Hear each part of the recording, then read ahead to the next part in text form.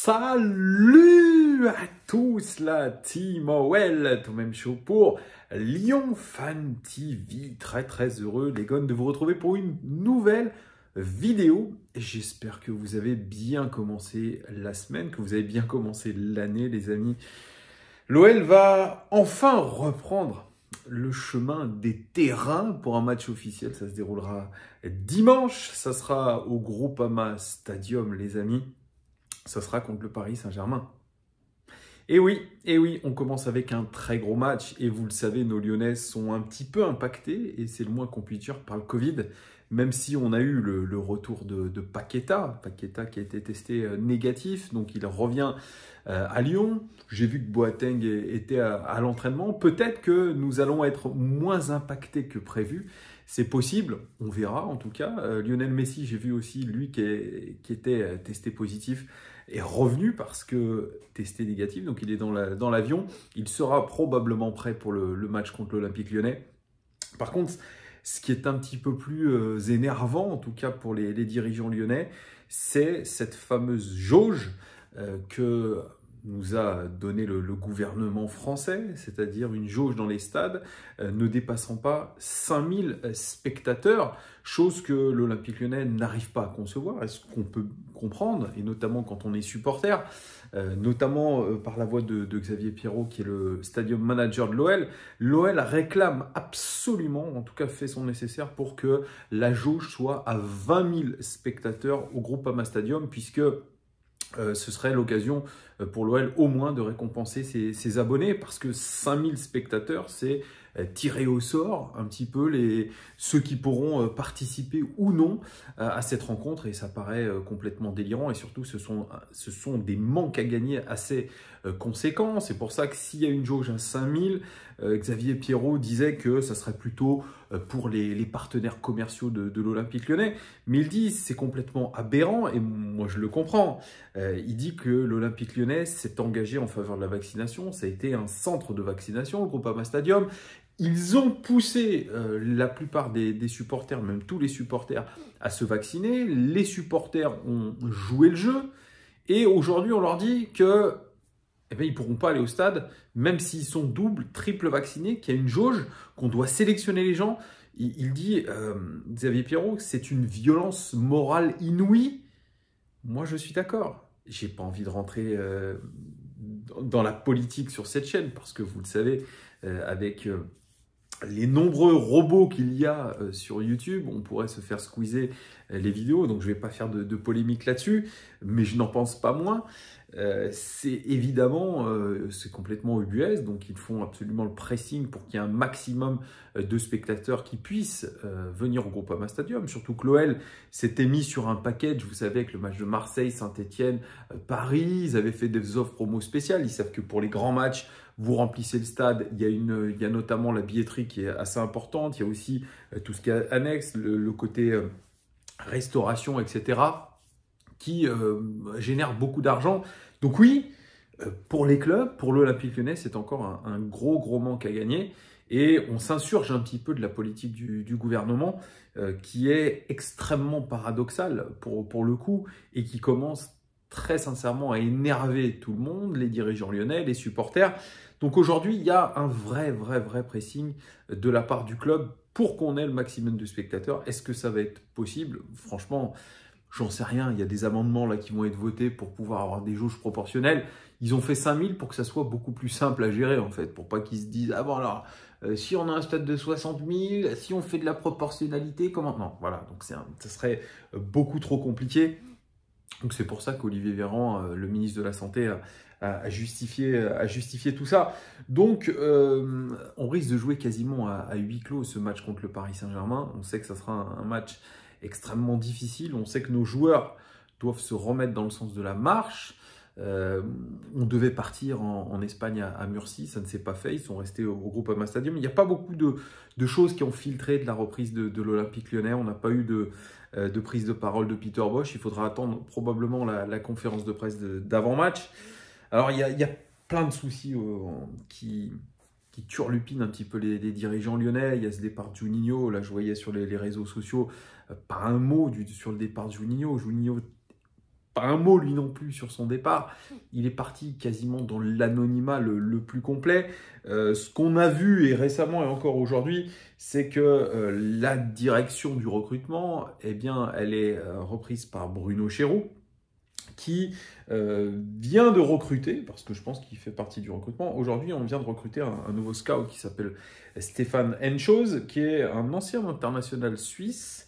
Je m'en rappelle un petit peu, il était international suisse dans les années 2000, il a joué à Neuchâtel, il a joué aussi à Liverpool entre 99 et 2005 avec un certain Gérard Houllier, donc c'est encore un réseau de Gérard Houllier. Lui, il va être plus sur le volet suisse, volet championnat allemand, donc ça nous fait une cellule de recrutement qui commence un petit peu à s'étoffer, même si elle reste encore minimale.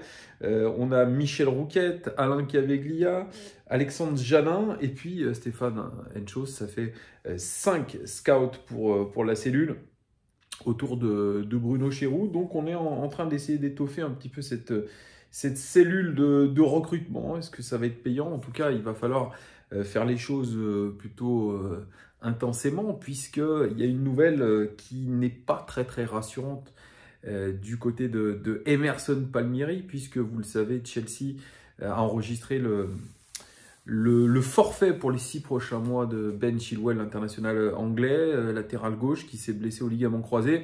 Et ils doivent absolument trouver un remplaçant Ben Chilwell. Et ça tombe bien, Emerson Palmieri appartient à Chelsea. Et Chelsea fait le tout pour récupérer Emerson. L'Olympique Lyonnais ne veut pas, mais je pense que moi, Chelsea est en position de force pour récupérer Emerson. Et ça nous mettrait dans une grosse galère, puisqu'on devrait recruter absolument un latéral gauche. On n'aurait que le seul Enrique en tant que latéral gauche. Ou alors, on pourrait essayer un petit peu de bricoler en mettant Léo Dubois à gauche, mais ce qui voudrait dire qu'il faudrait trouver une doublure aussi à Malo Gusto. Ça va être compliqué. On est parti au début de saison avec 4 latéraux gauche. On se retrouverait quasiment avec un latéral gauche. Donc c'est un petit peu compliqué. Il y a la rumeur Azmoun toujours, mais pour l'instant, voilà, on est les amis, on est le 5 janvier et il se passe toujours rien. On n'a rien d'officialisable pour Azmoun. Donc c'est compliqué. C'est très compliqué pour le dossier Azmoun, comme prévu. On va voir si ça se débloque avant le 31 janvier. On verra ce qui peut se passer. Mais pour l'instant, ce n'est pas, en tout cas, dans l'air du temps, la signature. En tout cas, il n'y aura pas une signature immédiate de Azmoun. Moi, j'ai vu aussi des rumeurs extrêmement folles, des complètement nulles. Pierre-Emerick Aubameyang proposé à l'Olympique Lyonnais. Oui, d'accord. Allez payer le salaire de Pierre-Emerick Aubameyang. Voilà. Qu'est-ce que j'ai vu comme rumeur? Bentancur de la Juventus aussi. Avec dans le deal un certain Oussem Aouar. Ça aussi, c'est encore des rumeurs des rumeurs de charlatans. Il y a beaucoup de rumeurs à la con comme ça qui sont en train de sortir, mais il y a réellement rien de concret. Il y a la rumeur Dembélé toujours du côté de Newcastle. Bref, le mercato de l'Olympique Lyonnais est important, mais pour l'instant, on ne voit rien venir et c'est un petit peu ça le souci. On a besoin, je pense, vraiment d'améliorer ce groupe. On ne voit pas, moi je ne vois pas. Antoine des éditos, d'ailleurs, qui a fait un très bon édito hier, on ne voit pas comment on pourrait se redresser en partant avec les mêmes joueurs, en partant avec le même staff, le même coach. Alors bien sûr, Peter Bosz voulait du changement, allait apporter certains changements, on va voir ce qu'il en est, mais on ne voit pas comment ce changement peut être possible s'il n'y a pas un électrochoc. C'est toujours la même chose. Ça sera compliqué, les amis, ça sera compliqué. Ce match contre le Paris Saint-Germain dimanche, il arrive, je dirais peut-être pas à point nommé, mais en tout cas, on va déjà pouvoir se jauger, même si peut-être que tout l'effectif ne sera pas au top niveau. Celui du Paris Saint-Germain, qui est bien plus étoffé que le nôtre, eux aussi, ils auront peut-être quelques absences. Donc voilà, mais on a un Kylian Mbappé qui vient de mettre un triplé contre un club peut-être de National 2 ou 3, je ne sais plus, Vannes, mais voilà, lui, il est déterminé, donc on sait que contre nous, il a souvent été décisif. C'est pour ça, Aujourd'hui, on est encore plus dans l'expectative du côté de l'Olympique Lyonnais quand on voit que Niko Kovac a été viré par Monaco parce qu'il n'était pas dans les objectifs, parce qu'il ne voyait plus en lui l'homme de la situation. Et nous, on est... Ah oui, parce que, voilà, dans ce que disent les dirigeants, ils sont justifiés en disant qu'il avait été une seule fois dans le top 5 depuis le début de la saison. Mais que devrions-nous dire avec Peter Bosz aujourd'hui? Donc vous voyez, cette deadline donnée à Peter Bosz fin février, pour moi, ça sera une deadline qui sera donnée fin janvier. Je vous le dis, ça va se jouer sur ce mois de janvier. Et le mois de janvier, il est compliqué, comme on l'a évoqué plusieurs fois ensemble. Voilà, donc voilà, moi je suis un petit peu comme vous tous. Bon, on est dans une trêve, on est entre deux eaux. Il y a ce fameux variant Omicron qui est un petit peu en train de tout gâcher aussi. Il y a les jauges, etc. Je ne sais pas si vous êtes un petit peu dans le même état d'esprit, mais moi je suis dans le flou complet. C'est-à-dire qu'on aime un club, on n'a pas trop d'informations, on n'a pas trop de clarification des choses. On sait pas, voilà, il n'y a même pas de communication, paraît-il, par rapport au remboursement des places. Vous voyez, c'est un marasme de partout et on a du mal aujourd'hui à imaginer une deuxième partie de saison tonitruante de la part de l'OL. Peut-être que je me trompe, peut-être qu'on se trompe, et tant mieux. Mais en tout cas, voilà, on se doit quand même peut-être d'y croire et d'essayer de faire le maximum, vraiment le maximum pour remonter au classement. C'est la méthode Coué, on va y arriver, les choses vont bien se passer, il faut faire des bonnes mantras peut-être, j'en sais rien. Mais voilà, je lisais aussi quelque chose d'intéressant que je ne savais pas, c'est que l'OL féminin a un coach mental. Et apparemment, il a été aussi avec l'équipe de Rudy Garcia la saison dernière. Il s'appelle Nadia... je pense que c'est une femme. Non, ça doit être un homme. Nadi Deran ou Nadia Deran, rattaché au groupe de Rudy Garcia. C'est un préparateur mental. Alors lui, il se tient désormais à la disposition des fenotes. Donc voilà. Il dit « Mon métier, c'est d'aider la footballeuse à être performante sur le terrain d'un point de vue cognitif, c'est-à-dire dans sa capacité à résoudre des problèmes. On va travailler sur les distracteurs qui l'empêchent d'être concentré à 100%. » Alors s'il a travaillé avec l'équipe de Rudy Garcia, ça n'a pas donné grand-chose. On voit que l'OL essaye de mettre en place un petit peu un programme de coaching mental par rapport à ces féminines, par rapport aussi à ces jeunes. Mais nous, dans l'équipe masculine, très sincèrement, je pense qu'il faut plus que cette personne-là, qui est probablement compétente, mais pas assez. Nous, on a besoin d'un grand coach mental qui vienne avec son équipe. C'est pas, voilà, il faut quelqu'un de renommé, encore une fois.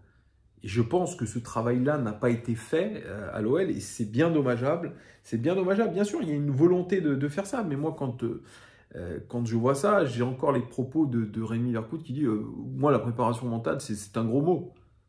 C'est un gros mot. On veut mettre ça à toutes les sauces. Non, c'est pas le problème.